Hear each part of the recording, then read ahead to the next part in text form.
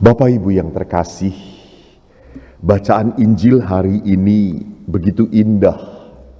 Kita bisa tahu mana orang yang melihat tanda dan bertobat, dan mana orang yang sudah banyak melihat tanda tetapi tidak tobat-tobat.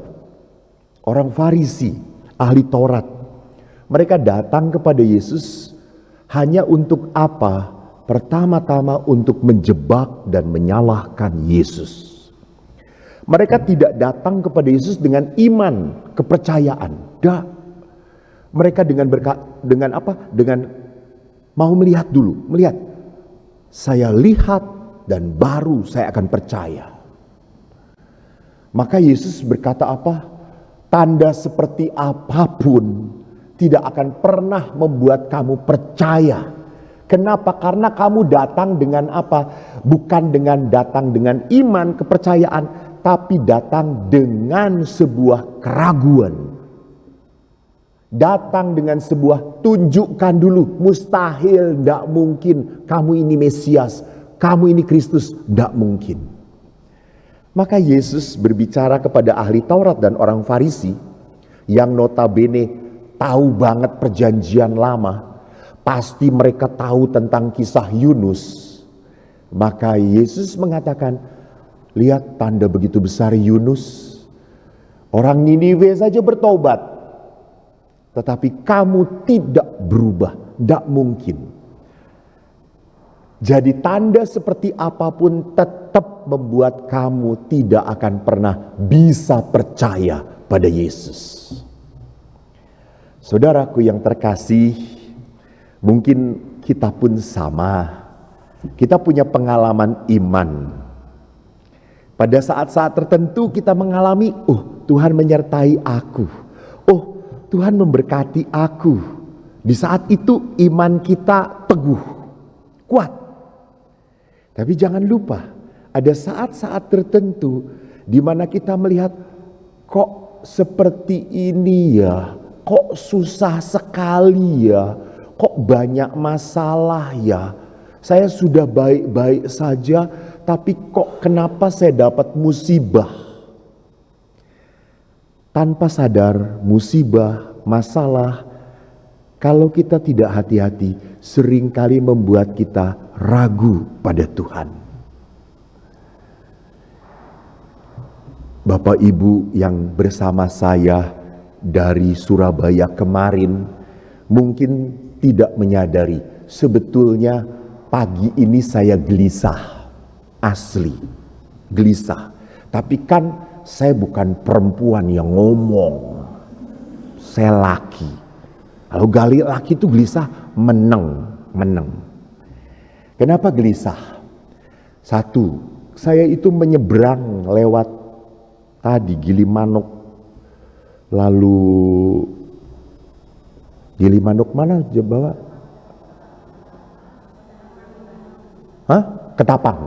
Ketapang Gilimanuk itu mungkin 10 atau 15 tahun yang lalu. Sudah lama tak pernah lewat itu.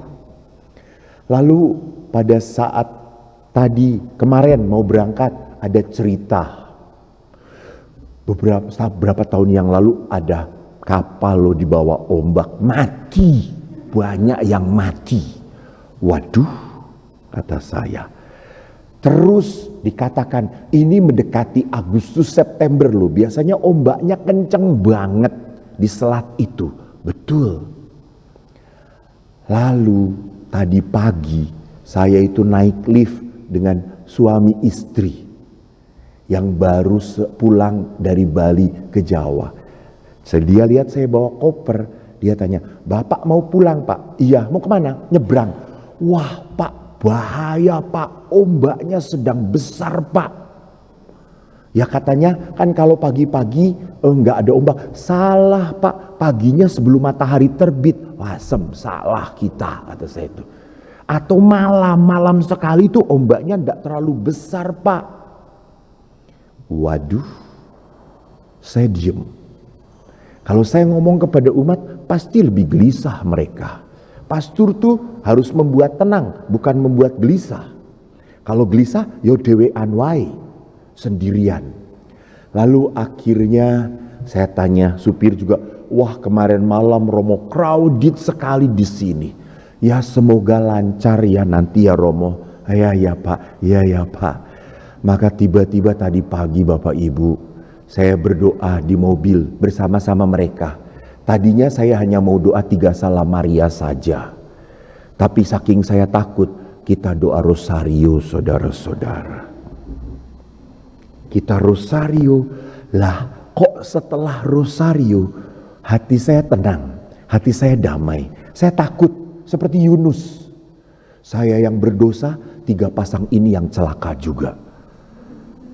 Kan mereka punya anak cucu, saya kan enggak punya. Paling-paling kan semua umat berkata, oh mati. Tapi kalau mereka banyak yang menangisi, saya enggak ada. Tuhan tolong, kalau mau mengorbankan saya saja dilempar ke laut, jangan mereka. Saya akhirnya tiba-tiba sampai ke Tapang, lah kok kosong. Tidak ada mobil kita nomor 1. Seorang ibu mau kencing saja, jangan Bu, nanti kapal ini sudah mau jalan loh. Karena ibu itu gak tahan, cepat lari kencing. Sampai masuk lagi ke mobil, lupa sletingnya ditutup. Saking takutnya ditinggalkan. Lalu yang indah, selama di perjalanan, lah kok tenang, tidak ada ombak. Apa yang saya mau katakan? Peristiwa-peristiwa kecil harus kita lihat sebagai penyertaan Tuhan. Itu umat beriman. Jangan berkata, sedang beruntung saja, anginnya sedang kecapean. Sedang beruntung saja. Tidak ada istilah beruntung bagi seorang beriman. Bagi seorang beriman selalu ada kehadiran Tuhan, kehadiran Tuhan, kehadiran Tuhan.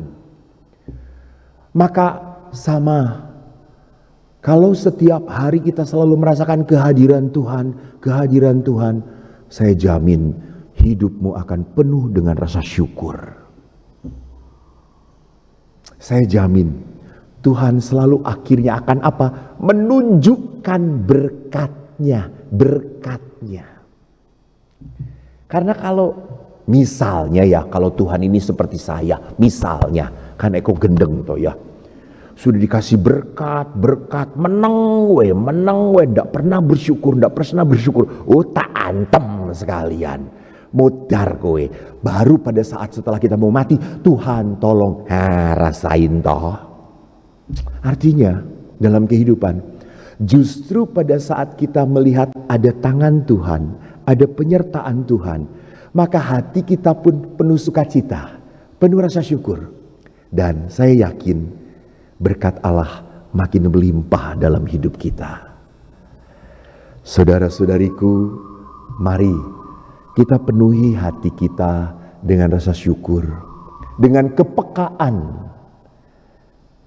Yaitu apa? Selalu melihat dan merasakan tangan kehadiran Tuhan selalu menyertai aku. Aku bisa seperti ini karena Tuhan memberkati aku. Aku bisa menikmati rahmat kehidupan karena Tuhan menyertai aku. Tuhan kita adalah Tuhan yang penuh kasih.